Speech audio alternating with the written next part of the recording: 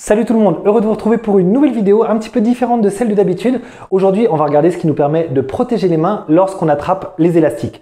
Alors pour ça, je vais vous faire un petit comparatif sur trois options possibles. La première, ce sera les gants. La deuxième, ce sera des petites poignées qui servent généralement plutôt pour la barre fixe, mais qu'on peut également utiliser pour les élastiques. Et enfin, je vous parlerai de ce qui existe, des poignées avec mousqueton qui permettent de clipper les élastiques dedans. C'est parti, on y va. Alors pour commencer, on va regarder ce que nous donnent les gants. Les gants que j'ai achetés, ce sont des gants de CrossFit, donc ils sont renforcés à l'intérieur avec, vous le voyez, ces petites protections. Et la protection va également protéger le haut des doigts.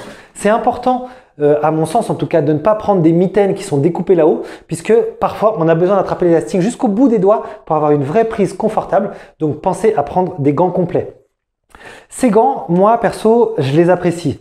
D'une part, eh bien justement parce qu'ils permettent d'agripper l'élastique exactement comme il faut. On a les doigts qui sont libres à l'intérieur, donc on peut vraiment le prendre exactement de la façon dont on le souhaite. La deuxième chose, ils sont antitranspirants, entre guillemets en tout cas. Ils ont des petits trous tout le long, ce qui permet d'évacuer la sueur et du coup d'avoir un confort optimal.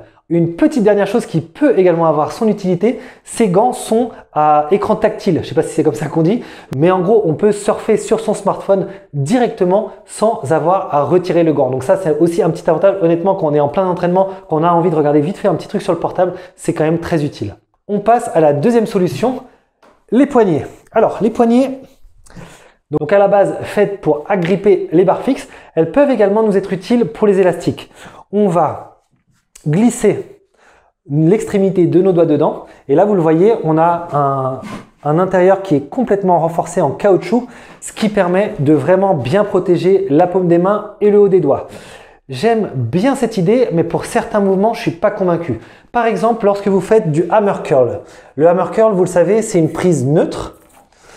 Donc en fait on se retrouve, je vais vous le faire d'abord sans la poignée, on se retrouve, on met le pouce à l'intérieur, on se retrouve avec l'élastique qui est entre les deux doigts. Et donc là, même bon, là sans gants, ça tire pas, mais si on a beaucoup de tension, au bout d'un moment, ça va un petit peu tirer à cet endroit.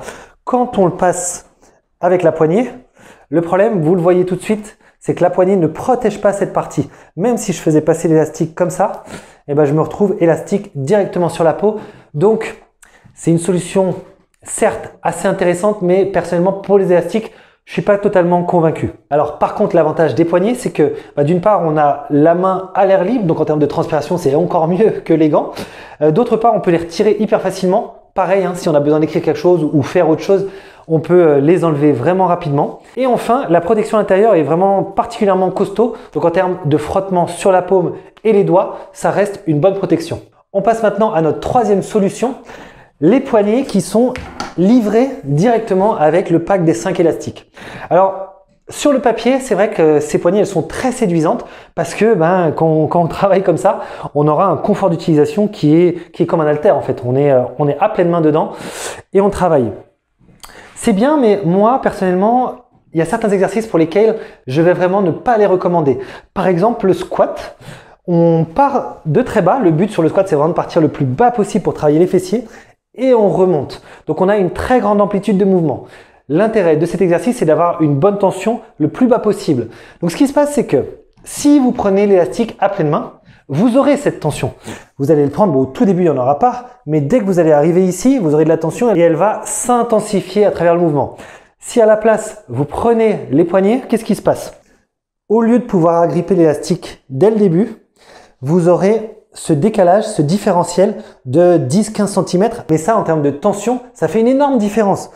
15 cm de tension perdue sur un mouvement qui fait 80 cm, c'est beaucoup. C'est peut-être 20% de perdu en termes de travail. Donc, c'est crucial. C'est pour ça que, oui, les poignets, c'est vrai, c'est sympa, c'est sexy, c'est cool. Mais personnellement, voilà, je ne les utilise pas. D'ailleurs, que ce soit pour le squat ou pour n'importe quel autre mouvement, je prends les élastiques directement et non pas à l'aide d'un accessoire intermédiaire.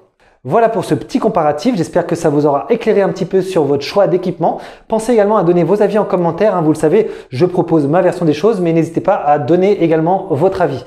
Si cette vidéo vous a plu, je vous invite à nouveau, comme d'habitude, à la partager au plus grand nombre de gens possible pour faire connaître la muscu aux élastiques. Deuxième chose à faire, pensez à me mettre un petit pouce bleu, ça m'encourage et ça permet de continuer de faire vivre cette chaîne. Je vous souhaite une très bonne journée et je vous dis à bientôt, ciao!